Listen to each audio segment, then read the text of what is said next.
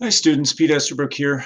I wanted to talk a little bit about reading skills and sight reading and how we might go about developing that. I get this question frequently. I feel like I'm not a good reader. How do I improve my sight reading? Well, it starts with some very fundamental stuff like working on rhythms and isolation and also pitch identification and, of course, sight singing. So, the resources I would probably send someone to would be Melodia for sight singing, um, pitch recognition. Again, the Hickman sight reading book is a good resource to just recognize pitches on the page, looking at notes, note naming, in other words, the note naming activity. Um, and another resource would, of course, be the Louis Bellson Rhythms in 4/4 book, and singing those rhythms while conducting is a great idea. So once we've obviously we get better by doing so.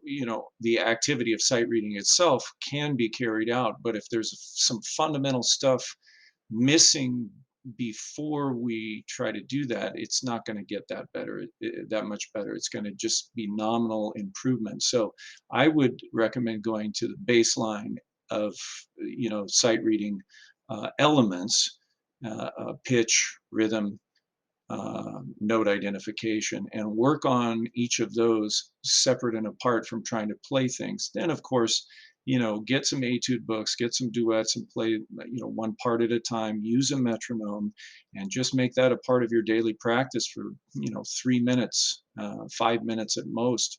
And it's just the consistency of doing that. So a lot of people that are saying I'm not a very good reader, they're not going to the fundamental baseline of developing those skills, nor are they getting out their metronome and an etude book and trying to play things. Even very slowly, you will still benefit and it will get better. I try to sight read something that I haven't seen before every single day, and I think that's a good goal. So best of luck improving your reading skills.